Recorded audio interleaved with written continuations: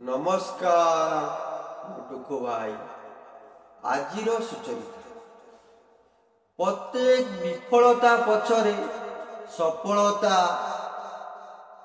लुचि पथ देखुछि तेणु पछकु न देखिकी आगकु बढ़ंतु। सफलता जेतेबेले मिली थाए सेतेबेले आपणक स्वप्न भय ठारू बड़ हो जाए।